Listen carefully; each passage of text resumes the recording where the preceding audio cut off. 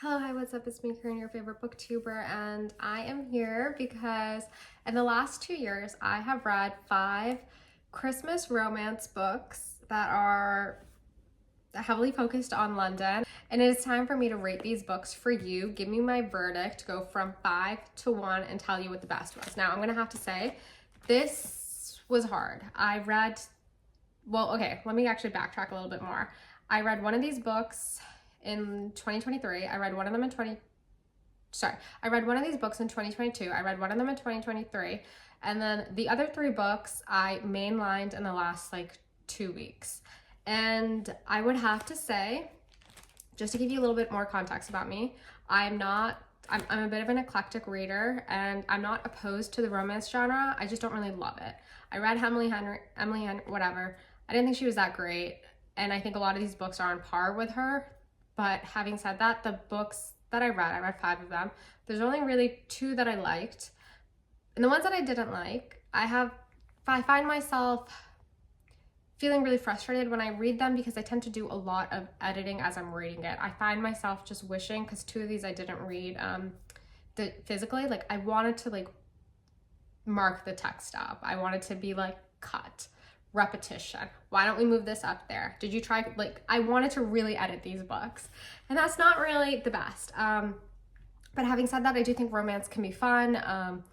It's just a bit of an escape, and I think that there's a way in which, for the romance genre, at least for me to really work, it has to be really over the top. It has to have a movie-like quality to it, be cinematic, and that it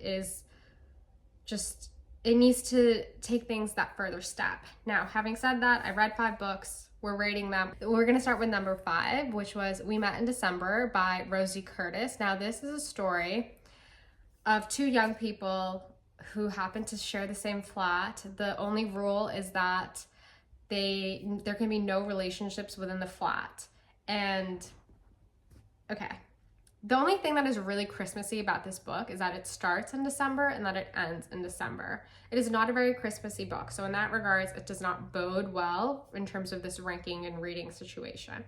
Now, we start off with our main character, Jess, who's 29 years old. She's just moved to London to pursue her dream job, which is to work in publishing, and she's living in her friend's house because her friend, her grandparents recently passed, and they gave her this beautiful, beautiful house in Notting Hill, and there's 4 or 5 bedrooms, and she's gonna rent it out to a few of her friends, people that she knows in her life. She's a bit of a connector. So one of them is Jess, and the other one is this guy, Alex, and upon their first meeting, Jess is smitten by Alex. He's so charming, he's so funny, and Alex is a lawyer who decides to quit law after the death of his father and pursue a career in nursing, and he gets a lot of flack from his friends and family in his old life who were like, why are you doing this, and whatever. He was formally engaged and they broke it off. So then they are in the same house, they have rooms on the same floor, and they meet each other. She likes him. She goes on holiday for 2 weeks. When she gets back, she discovers that Alex is in a fling with another one of their roommates,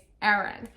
And so that's the situation. And as this is happening, they become friends. They're exploring London together. They're going on all these walks. They're getting to know each other. But she's like, oh my God, he has this thing going on with Erin. And Alex is like, I'm so busy working and I got so much on my plate, blah, blah, blah. And I'm not really that into Erin, but Jess is really cute. It's baloney. And both of these, I after that reading this book, I started looking at reviews, and what everyone said is that both Alex and Jess, because this book does that thing where they switch between their points of view, they are very, very similar. They are incredibly similar, such that a lot of people in the comments were like, yeah, I was reading Alex's chapters and I didn't even realize it was someone else. I just thought it was Jess because they're both so boring, and they honestly are so boring. They repeat the same shit over and over and over again. It's midway through the book and we're still hearing from Alex and about how he's like, yeah, I decided to stop being a lawyer and now I'm interested in pursuing nursing. And it's we know, you told us this on page 1. Why are we hearing this again and again and again? And the main frustration that I had with this novel is that anytime things were possibly exciting, tension was about to happen, the narrator would the author, pardon, would not even subvert your expectations. They would literally just go hard left and walk away from a possible scene of damage and be like, nothing to see here. One of those things is that it's the summertime, because this book takes you through the whole entire year. Literally, you get to like June or July and you're like, nothing's happened, but whatever. It's June. It's the date that Alex was gonna have his wedding, and his whole entire like his flat members have been like, you know what? Let's try to cheer him up. We're gonna have a day of distraction. And so they take him out, and when they get back to the house, who's at the house? Alex's former fiance. And then we were reading this all from Jess's point of view, and Jess is like, because we're all British, we just sat there quite coy and we're just like, had a nice time in the garden eating curry. And it's just like, what? No one tells us like how Alex is feeling, what's going on, nothing like that. Instead, I think it's like October, Alex's sister is visiting, and she gets to the bottom of Erin showing up at this event, and we find out more information, not Erin, his fiance showing up and finding out more about the situation. And it's kind of just like, we could have immediately after that gotten a chapter from Alex, where Alex goes into how he was feeling when he saw his fiance, and like what were the conversations they had. And apparently they went out to dinner like 2 times after that. Like, why weren't we there? Why weren't we shown those scenes? Why weren't those used to help us like understand his emotional landscape a little bit better?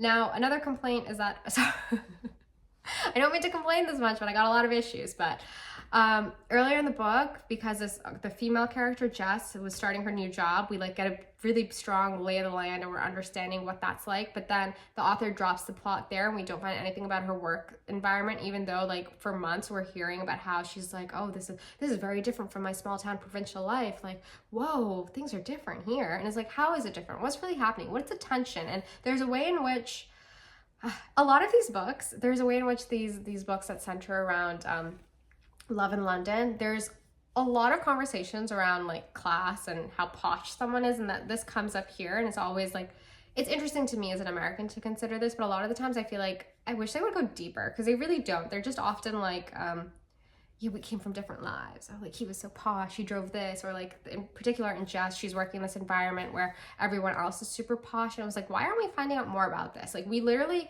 don't find out that much about her career after we are told that she moves there for her job and is like week 1 so overwhelmed and so stressed, and then we drop that plot. Literally, this book was just pretty boring. I think there was probably the other complaint. Okay, the final one is so that, as I mentioned, Alex gets into a little situationship with Erin, the other roommate. And Erin is so interesting. She's just like this cool girl, and she works a cool job, and she's always looks so polished and nice. And we don't find much about her. We know that she wants to have a relationship with Alex because Alex overhears a phone conversation, but we don't like actually get to know more about her. And I would have loved to have seen like her point of view or get more from her, because she is the most interesting character in the book, yet she's the one that we spend the least amount of time with. Okay, that's the book that I gave 5th placement. After that, we have, no, you know what? I'm going to switch things up a little bit. I'm going to, last minute, the judges were deliberating and I changed the standings. For number 4, we have Always in December by Emily Stone. Okay, so this starts off with, and I read this book last year and I didn't really like it. So that's why I've decided to put it in number 4. Because this is, I think when a book is a romance, it has to meet the reader's expectations. My number 1 expectation is that we get a happy ending. Spoiler, not a happy ending. There is a sort of happy ending in that this is a woman who discovers herself, but that's not that interesting to me. No, that's not what I wanted here. So this starts off with Josie. She's going to go post a letter, and she loses the letter or something, and as she does, she runs into this guy and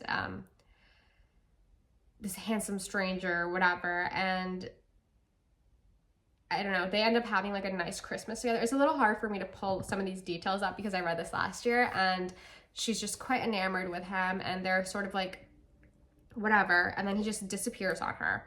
And then they keep on kind of like running into each other over the ensuing year. And then they're like, it's hard for them to be in a relationship, as we find out, as we discover. And we think we're going to get the happy ending. And then we realize why it can't happen. And that's why this book is number 4, because though it is, I had less complaints with it in the sense that it is very Christmassy, and, you know, I didn't feel like there were questions that I had or whatever. Because of the ending, I cannot put this any higher than a 4.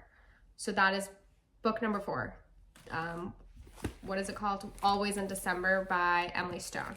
Now, book number 3 is The 12 Dates of Christmas by, oh God, Jenny Bayliss.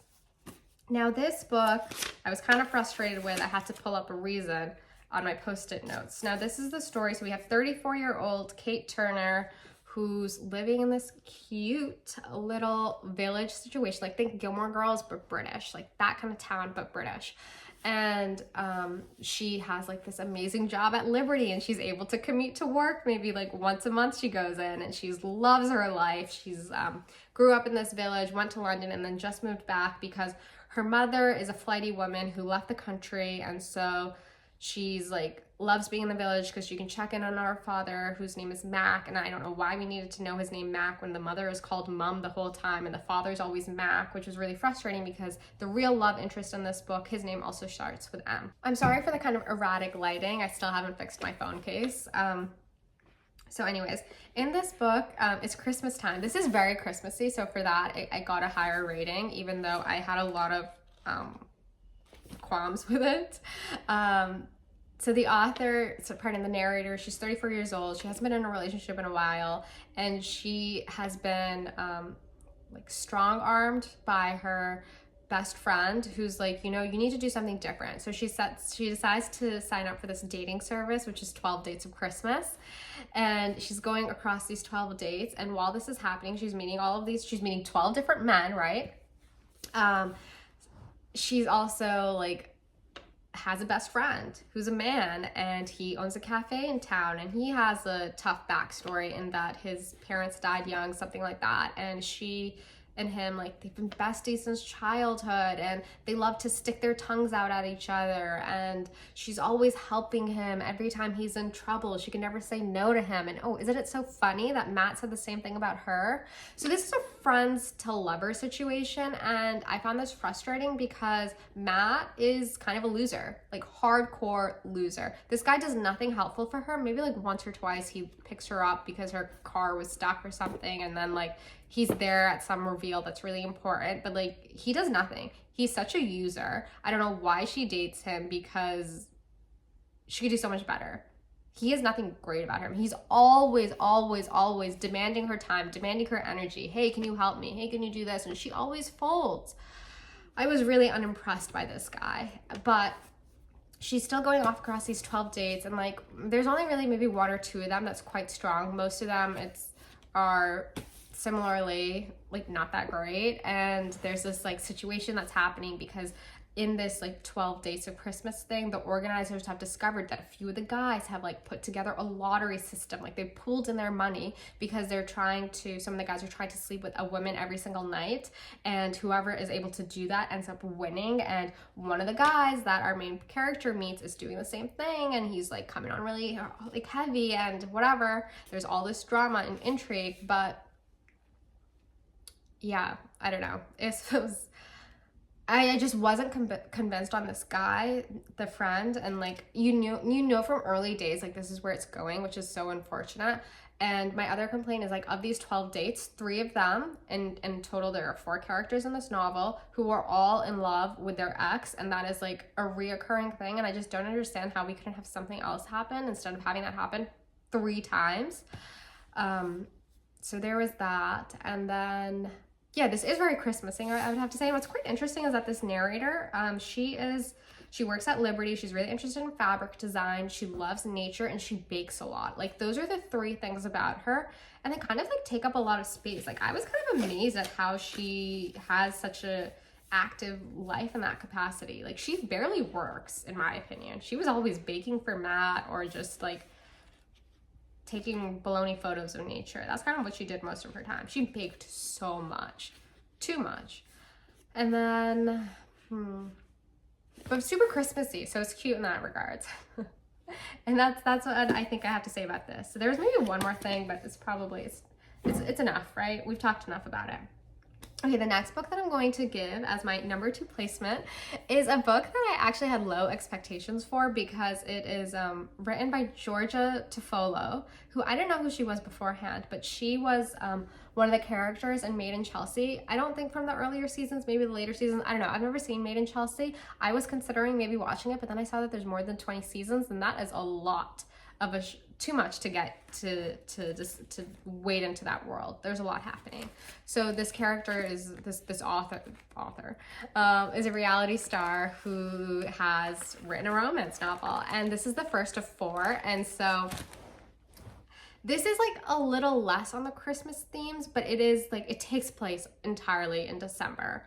And it starts off, we have 2 characters. We have what are their names? We have Victoria, who is an aspiring designer who works at a bar, and then you have Oliver Russell, who is a wealthy guy who's come into Victoria's neighborhood to open his like family like department store, and there's a lot of ill will in the beginning because the department store is like fudging things up for the whole entire community and like, you know, making the street dirty and towing people's cars. And this isn't Oliver's fault though. It was his cousin's fault, and Oliver came in to clean up his cousin's mess because they need to open the store before Christmas, and Oliver's come through to help and fix things. And if you couldn't, I liked this one. I thought this one was so fun. And so Oliver meets Victoria at her job. He hears her voice and he's enamored, and then he sees her and she's so beautiful.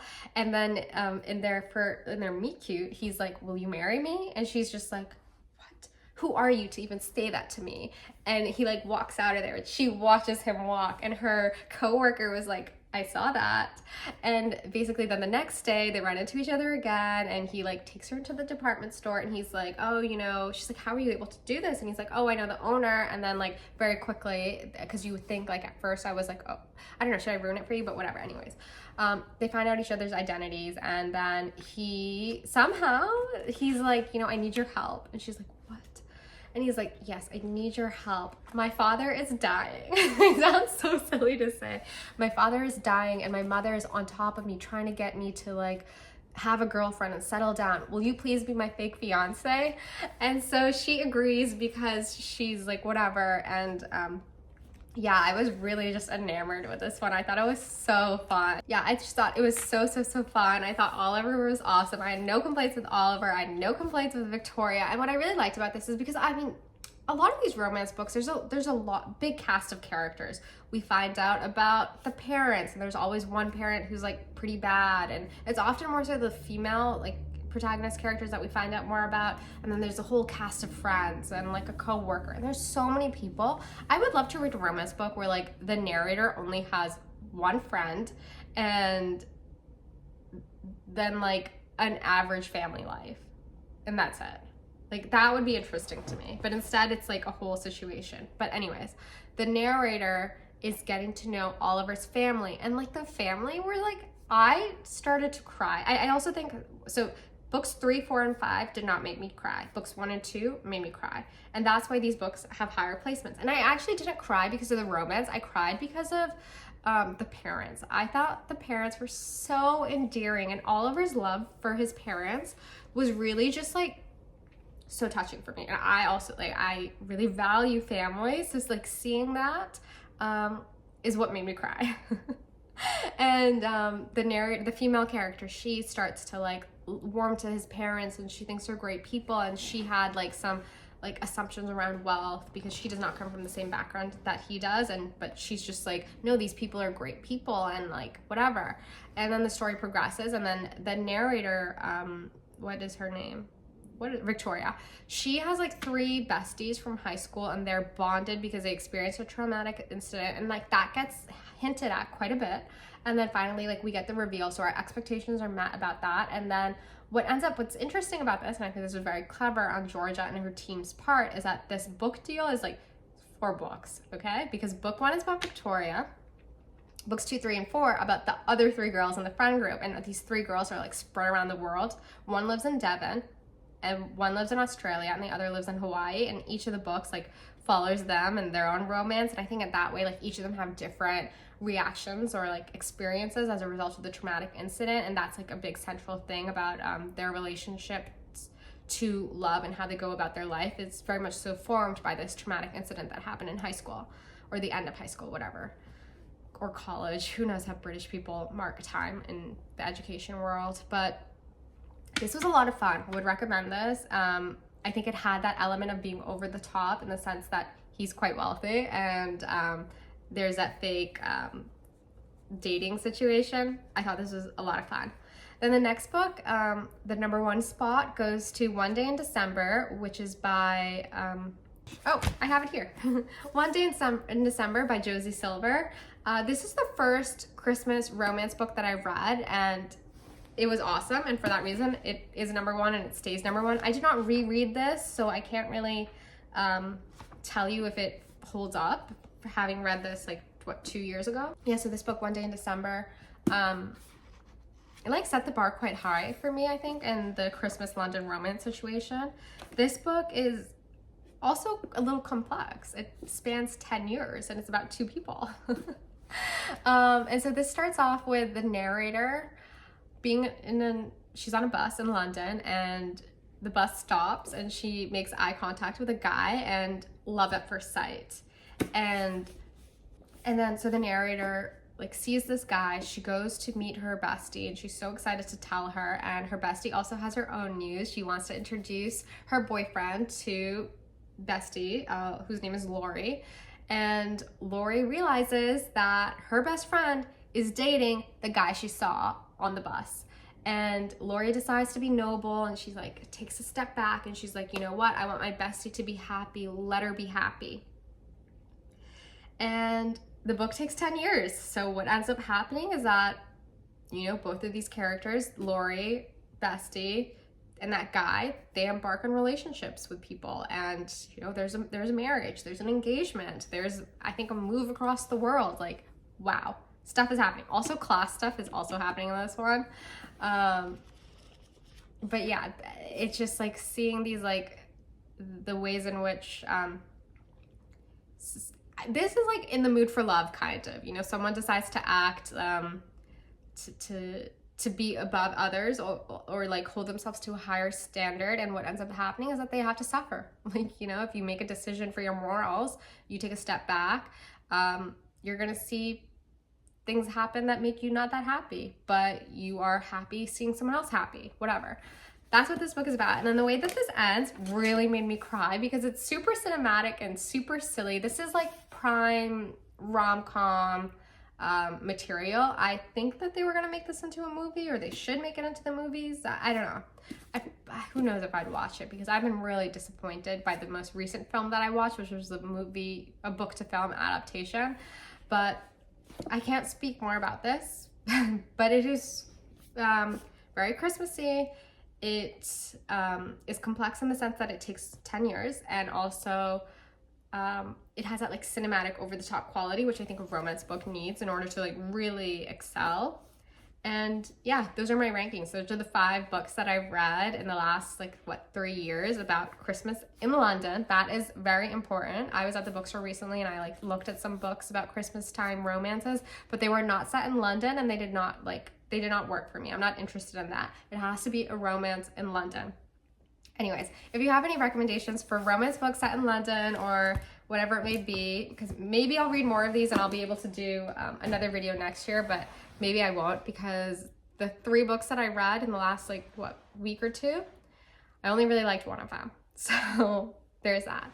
But yeah, let me know in the comments if you have I don't want to say guilty pleasure, because I don't think that one should correlate guilt and pleasure together. One should just live a pleasurable life. But if you have a certain thing that you're interested in reading about, that's not your the thing that you read all the time, but the thing that you read every now and then to kind of get you out of a rut or whatever it may be, let me know in the comments. I'd love to hear that as well.